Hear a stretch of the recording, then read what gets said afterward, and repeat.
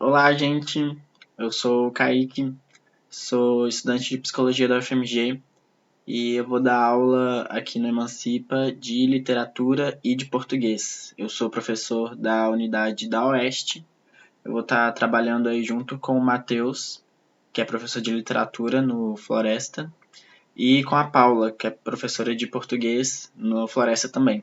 E aí eu vou estar trabalhando com os dois, então vocês vão estar me vendo aqui nas aulas tanto de literatura quanto de português. E aí hoje a gente vai trabalhar o quinhentismo no Brasil. Primeiramente, falar um pouquinho sobre mim. Eu sou estudante de psicologia, né, na FMG, como eu falei. E aí, às vezes pode dar um estranhamento, assim, de perguntar por que um aluno de psicologia vai dar aula de linguagens, assim. E eu acho que a minha própria área de estudo na psicologia trabalha bastante a questão das linguagens, assim. E eu sempre me interessei muito por essa questão da forma como a gente se expressa também. Sempre gostei de estudar literatura e português. Então, eu tenho, né, muita vontade de dar aula, né, dessas matérias, principalmente para passar algumas coisas que eu já aprendi em relação a isso, porque a forma como a gente se expressa, ela diz muito sobre quem a gente é e o que é construído socialmente em relação a isso também. A gente principalmente discute a linguagem quanto uma forma de relação de poder também. Então, você saber de se expressar, em certo sentido, também é uma forma de expressar a forma como você é.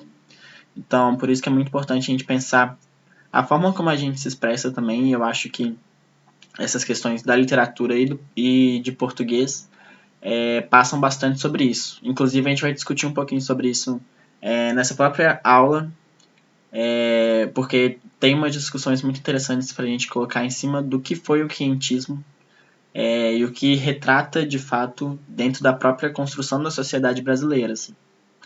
Então vamos começar.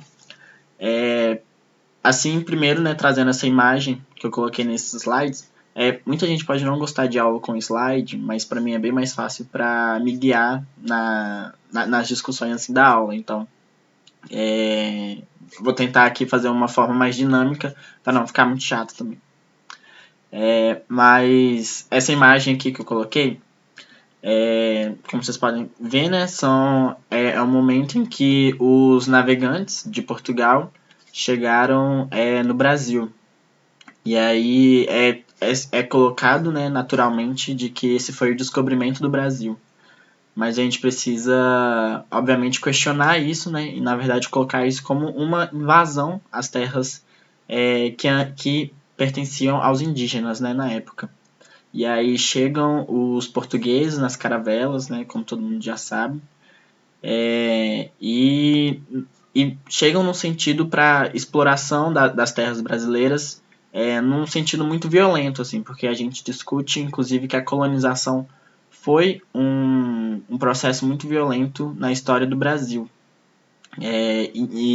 Nesse sentido, a própria sociedade brasileira ela se constitui de uma forma violenta. Então, a literatura que foi produzida na época é uma literatura baseada do ponto de vista dos portugueses, né, dos colonizadores. Não só portugueses, mas tinham espanhóis também, né? Mas é do ponto de vista dos colonizadores. Então, essa própria produção literária, né, o conceito que a gente tem de literatura, ela é do ponto de vista europeu, é do ponto de vista eurocêntrico e um ponto de vista colonizado. Então, quando a gente discute literatura nessa época do descobrimento do Brasil, uma literatura do ponto de vista dos colonizadores. A gente não vê muito discutindo o que era produzido, se era produzido, né, alguma coisa em relação a isso, alguma forma de escrita dos indígenas, por exemplo. Então a gente vai ver um pouquinho sobre isso, né, do que foi produzido nessa época, pelo ponto de vista dos colonizadores. E aí a gente vem o que é o quinhentismo. E tem esse trecho de um livro que discute a literatura, né, que colocou assim: nem crônicas, nem memórias, pois não resultavam de nenhuma intenção literária. Os escritos dos cronistas e viajantes eram uma tentativa de descrever e catalogar a terra e o povo recém-descobertos.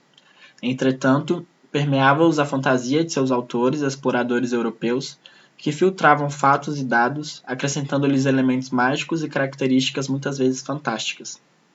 Então, esses escritos, né, que eram feitos pelos colonizadores, eles não tinham o objetivo necessariamente de ter um conteúdo literário, né, poético, em certo sentido. Era mais algo como se fosse um diário de viagem, também para comunicar a metrópole, né, que era o Portugal ou a Espanha, sobre o que estava acontecendo aqui. Era, né, nesse sentido de diário de viagem mesmo.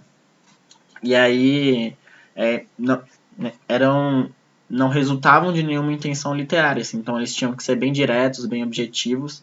Em alguns momentos eles viajavam um pouco, né, porque tinham esses elementos mágicos que eles queriam acrescentar, às vezes fantásticos, porque eles ficaram muito maravilhados com o que tinha nas terras aqui, que veio a se tornar o Brasil, justamente porque muito do que era encontrado aqui não era encontrado em Portugal.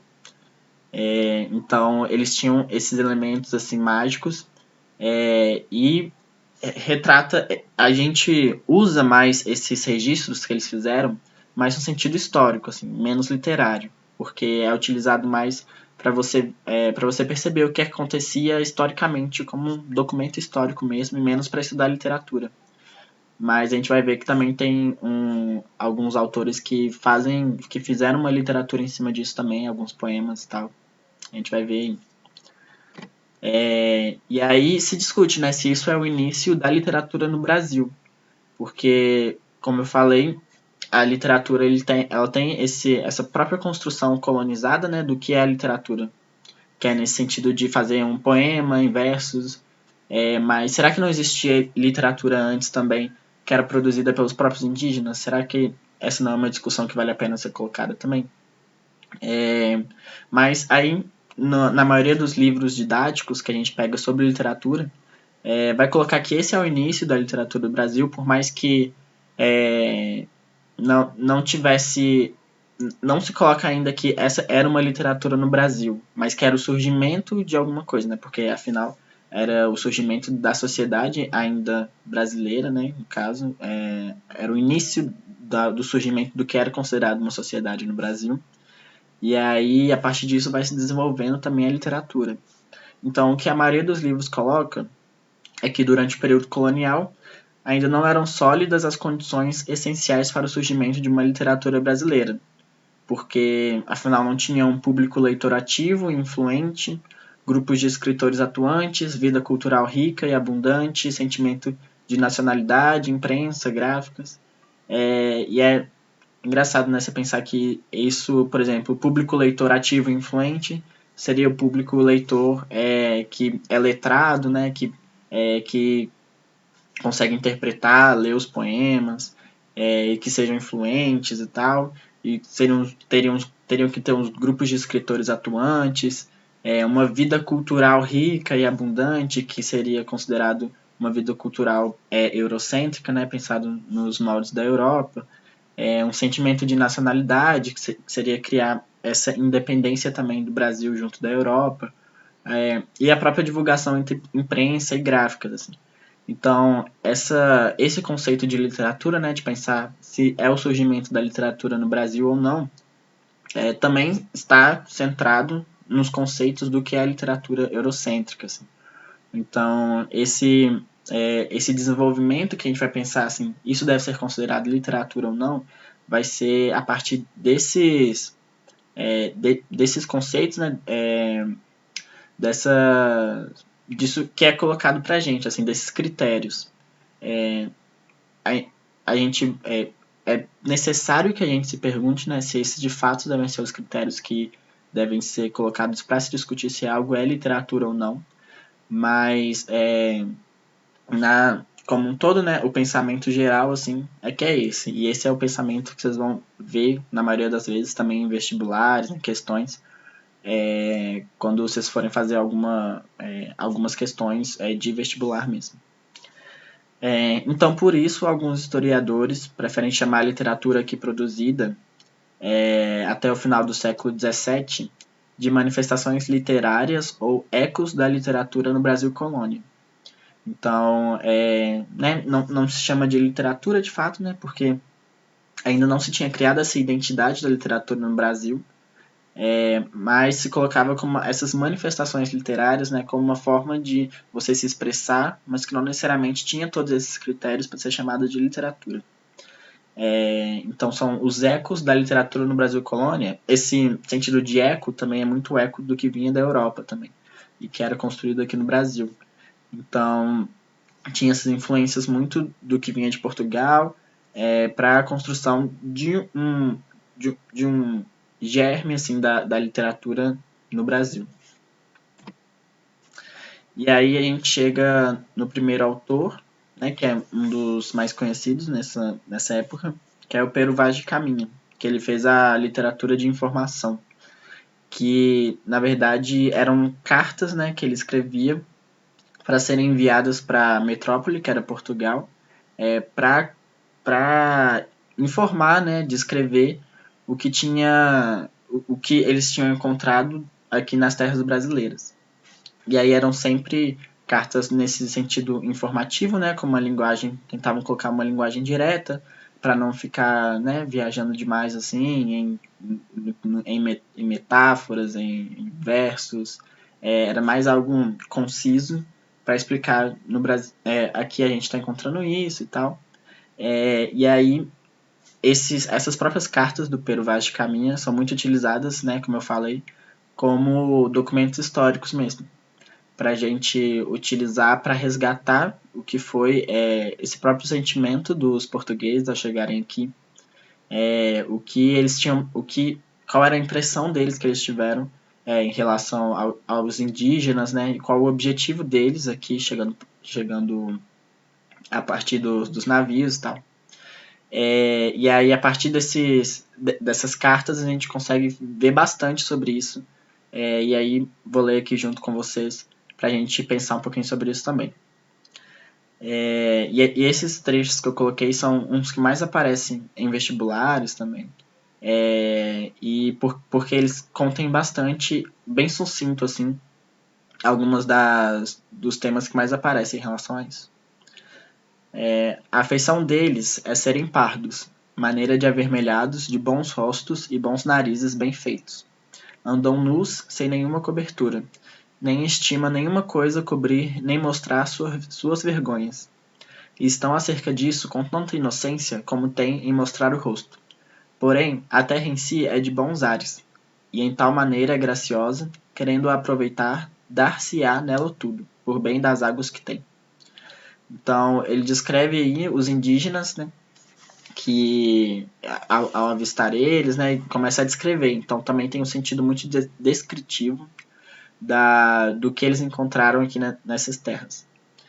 E aí, né, eles descrevem que os indígenas seriam, né, seriam pardos, de maneira avermelhados, descreve com bons rostos, narizes bem feitos, e inclusive coloca o sexo, né, como as vergonhas que eles consideram, assim. Então já vem essa própria impressão, né, um choque assim entre a cultura a cultura europeia, a cultura de Portugal, com a cultura que tinha aqui entre os indígenas, né, e que hoje em dia ainda se luta bastante para a permanência dessa cultura indígena no Brasil. Então o legado que a gente tem dessas próprias escrituras, dessa própria percepção eurocêntrica, continua até hoje, assim. Então, os indígenas, como a gente sabe, até hoje lutam para a permanência de sua cultura, para a permanência de sua história. E aí, vou discutir mais um pouquinho sobre isso mais para frente da aula. Mas eles também tinham esse sentido de estar maravilhado também com os indígenas, né? De falar que eles tinham corpos muito bem desenvolvidos, fala do rosto, do nariz, e também viam, né, como uma forma de exploração, como uma mão de obra para ser explorada também, como eles usaram os indígenas como essa mão de obra para pegar o pau-brasil e outras riquezas naturais que tinham aqui no Brasil também. E aí, o próximo trecho. De ponta a ponta, é tudo praia palma, muito chão e muita formosa. Pelo sertão, nos pareceu, vista do mar muito grande, porque a estender olhos não podíamos ver senão terra, com arvoredos que nos parecia muito longa. Nela, até agora, não pudemos saber que haja ouro, nem prata, nem coisa alguma de metal ou ferro, nem lhe vimos. Porém, a terra em si é de muitos bons ares. Porém, o melhor fruto que dela se pode tirar, me parece que será salvar esta gente. Então, para além esse trecho, assim, ele é muito significativo, porque ele demonstra que para além do sentido de exploração das próprias terras do Brasil, de pegar as riquezas naturais, ele também tinha o objetivo de catequização dos indígenas. Então, uma das características que a gente encontra bastante nos textos dessa época é o objetivo que os colonizadores tinham de trazer a fé católica, ou na época a protestante, se não me engano, para a catequização dos indígenas. E isso em si também configura um processo violento, porque é dessa percepção que... Porque esse sentido só vem de catequização porque eles se consideravam superiores aos indígenas. Porque de considerar os indígenas praticamente animais, que devem ser domesticados. E essa domesticação viria a partir da catequese, da imposição de uma religião sobre os nativos daqui. Isso também constitui um processo violento. Então a gente percebe que, a partir desses documentos históricos, a gente percebe que a própria constituição da sociedade brasileira ela veio a partir de processos violentos de colonização. Então, é isso que a gente também tem que discutir a partir dessa literatura que foi feita nessa época. Assim. A partir da percepção dos colonizadores, qual é o objetivo que eles tiveram, e essa catequização também se configura como um processo violento. E aí, para além do Pero Vaz Caminha, que tinha essa perspectiva de fazer essa catalogação, né, esse registro mais informativo, descritivo mesmo, a gente tinha a literatura de catequese, como eu falei, que foi representada principalmente pelo padre José de Anchieta, que foi um padre que ele era espanhol, mas ele veio junto com os portugueses no que era para descobrir para ir para as Índias, né? Mas acabou que veio para o Brasil. E ele fez uma produção literária mais nos moldes da literatura mesmo, assim, de fazer alguns poemas e fazer algumas peças de teatro também, que são chamados autos, com U. E os seus textos se apoiavam na luta do bem contra o mal, do anjo e do demônio, utilizava a dança e o canto para chamar a atenção dos índios, levando o padre a pesquisar a língua tupi-guarani. Então, ele também, para além dessa literatura de catequese, ele também deixou como legado a primeira gramática do tupi-guarani, que era uma cartilha para o ensino da língua dos nativos. Então, se a gente tem muitos registros hoje de termos da língua do tupi-guarani que influenciam a nossa própria língua portuguesa, né? Porque muitos estudiosos fizeram essa catalogação dessa gramática tupi-guarani, e o José de Anchieta foi um deles. Mas a gente não pode ficar, né, se iludir achando que isso foi só isso que o Anchieta colocou pra gente como legado também, porque ele também colocou essa própria catequização dos indígenas, que, como eu falei, foi um processo violento. Mas aí, o destaque da produção dele foi também as suas poesias e autos, como eu falei, nos quais misturavam a moral religiosa católica, o costume dos indígenas. Então é sempre nessa perspectiva de catequização mesmo. E ele fez algumas peças para serem mostradas aqui dentro das próprias terras brasileiras também. E além dos poemas didáticos, né, porque os poemas que ele fazia também tinha esse próprio objetivo de ensinar para os indígenas o que é essa moral cristã, essa moral católica. Então, os poemas eles também eram didáticos, eles tinham esse objetivo para mostrar isso também, com finalidade catequética. Ele também elaborou poemas que eram apenas para que revelavam sua necessidade de expressão, assim. Então, ele colocava alguns poemas que eram de fato para fazer essa finalidade didática, mas ele também escrevia algumas coisas que era só porque ele estava a fim de falar em relação à religião e tal, e aí ele colocava também nos poemas. E o Anchieta, ele denunciava os abusos que os colonizadores realizavam contra os indígenas. Isso a gente encontra em alguns materiais didáticos e na internet também. De que o Anchieta, ele estava mais lá, ele tinha vindo mais para cá para realmente ensinar essa moral cristã para os indígenas. Então, ele denunciava bastante a exploração de mão de obra, a violência física que os outros colonizadores faziam contra os indígenas.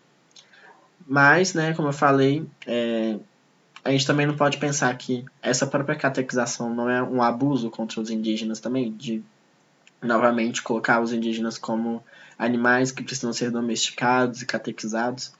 Então, ainda assim, é algo muito contraditório que a gente tem que pensar, né? De não colocar o padre Anchieta como se ele tivesse sido essa figura inocente que só quer fazer o bem pelos indígenas e por mais que ele não empregasse a violência física contra eles, ainda existe uma violência praticamente moral, assim, uma violência ética de colocar a sua própria moral como se fosse verdadeira contra o que seria a construção moral dos indígenas. Assim. Então a gente precisa pensar, ter um senso muito crítico em relação a isso e ver como essas próprias manifestações que eram colocadas aqui no Brasil foi constituindo hoje em dia o que é o Brasil também. E aí eu coloquei um trechinho aqui do poema, na verdade esse é o poema inteiro do Anchieta, que chama Em Deus, Meu Criador. Então, você já vê aí pelo próprio título esse objetivo de catequização mesmo. Não há coisa segura, tudo quanto se vê, se vai passando, a vida não tem dura.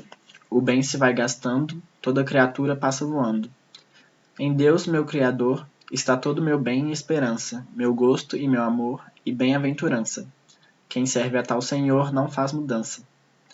Contente assim minha alma, do doce amor de Deus, toda ferida, o mundo deixa em calma, buscando a outra vida, na qual deseja ser toda absorvida.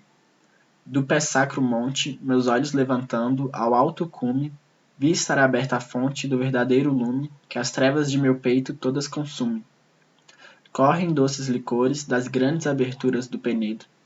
Levantam-se os errores, levanta-se o degredo, tira-se a amargura do fruto azedo. Então, nos poemas do Anchieta tinha muito essa dualidade entre o bem e o mal. Vista aberta a fonte do verdadeiro lume, o lume é a luz, né? Que as trevas do meu peito todas consumem. Então, essa oposição entre a luz e as trevas, entre o bem e o mal, o anjo e o demônio. Também com o objetivo de mostrar para os próprios indígenas também o que era o bem, o que era o mal. Enfim, toda essa literatura para mostrar de fato o que era o Deus, mostrar em Deus meu Criador e fazer essa catequização dos indígenas. E aí, para finalizar essa aula, né, foi bem rapidinho, essa é a imagem da primeira missa do Brasil. Não é a imagem, né, é a pintura. Mas é a pintura que retrata a primeira missa do Brasil. E ela aconteceu na praia da Coroa Vermelha, em Santa Cruz Cabralha, no litoral sul da Bahia, que atualmente é Porto Seguro. E aí, analisando como essa pintura foi constituída, né? A gente vê os indígenas todos em volta da cruz, E aí a cruz, né, os padres muito bem iluminados, como praticamente no centro da imagem, e os indígenas todos ao redor, né? Então a gente vê a centralização do que é a cultura cristã, a cultura dos europeus, frente a frente aos indígenas que são subordinados. E eu acho que a gente tem que discutir isso muito bem, assim, porque quando a gente discute a cultura indígena no Brasil, é uma cultura muito rica, que tem muito a ensinar pra gente sobre muita coisa. E que desde o começo, desde a colonização do Brasil, foi uma cultura ameaçada. E que hoje em dia os indígenas permanecem sendo explorados. E se você vai, né, no próprio centro de BH, você vê, você consegue entrar em contato com vários indígenas que vendem os seus produtos e tal. Justamente porque muitas das vezes é a única fonte de renda que eles têm. E que se eles não tiverem aquilo, eles também não vão conseguir sobreviver pro próximo dia, sabe?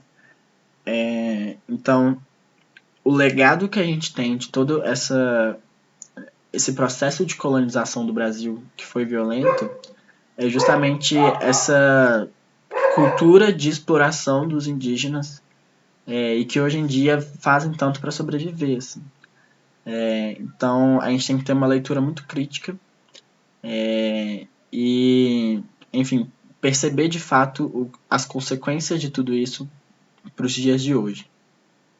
E aí, enfim, acho que esse era o recado mais que eu queria dar, assim, para a gente ter uma leitura crítica a esses escritos dessa época. E eu vou deixar algumas questões para vocês responderem. São algumas questões de vestibulares que tratam contextos do quinhentismo. Eu coloquei dos autores que eu mostrei aqui do Pervaz de Caminha e do José de Anchieta. E aí, vai estar lá na parte do Drive, né, das aulas de literatura. E aí vocês podem, se vocês tiverem alguma dúvida, vocês podem colocar no plantão de dúvidas que a gente vai fazer na quarta-feira. Vocês podem me chamar no WhatsApp mesmo. E no documento que eu coloquei das perguntas, das questões, vai estar lá as questões, né? E aí no final vai ter o gabarito, que é para vocês fazerem as questões, depois verem certinho se no gabarito as respostas que vocês fizeram estão certas. Então vocês verificam lá as respostas de vocês, e aí se vocês tiverem errado alguma questão, vocês podem me chamar no WhatsApp, que aí a gente discute um pouquinho sobre a questão e aí tiro as suas dúvidas também, ok? A gente se vê então na aula de português, que eu também vou dar essa semana. Espero que vocês estejam gostando das aulas, a gente está se esforçando bastante para manter uma estrutura, por mais que esteja bem caótico assim, o cenário. A gente está tentando se esforçar para que vocês também tenham essa rotina de estudos nessa quarentena, nessa época de isolamento social, e que a gente e que vocês consigam manter esse estudo para os vestibulares, porque tem muita gente, as escolas particulares, né, inclusive, estão conseguindo manter os ensinos à distância, por mais que não substitua o ensino presencial, que a gente sabe que nunca vai substituir. Muitas escolas particulares elas estão mantendo o EAD, então estão mantendo esse ensino à distância que, querendo ou não, supre, em certo sentido, a demanda das aulas. Assim, a gente tem tido essa preocupação com os outros estudantes que não podem ter acesso a esse ensino à distância. E a gente está fazendo essas aulas justamente para ajudar vocês também para que vocês consigam manter os estudos. Assim. Então, espero que vocês estejam gostando das aulas. Qualquer dúvida ou crítica ou sugestão, vocês podem mandar nos grupos do WhatsApp também, que a gente vai discutindo junto, construindo junto. Porque é assim, né? A educação é uma via de mão dupla, então eu tenho a aprender com vocês também, como vocês têm a aprender comigo. Então a gente vai construindo nossas aulas em conjunto. Espero que a gente se veja presencialmente em sala de aula o mais cedo possível também. Né? Então é isso, gente. Obrigado. Ficaram aí os recados e a gente se vê na próxima aula.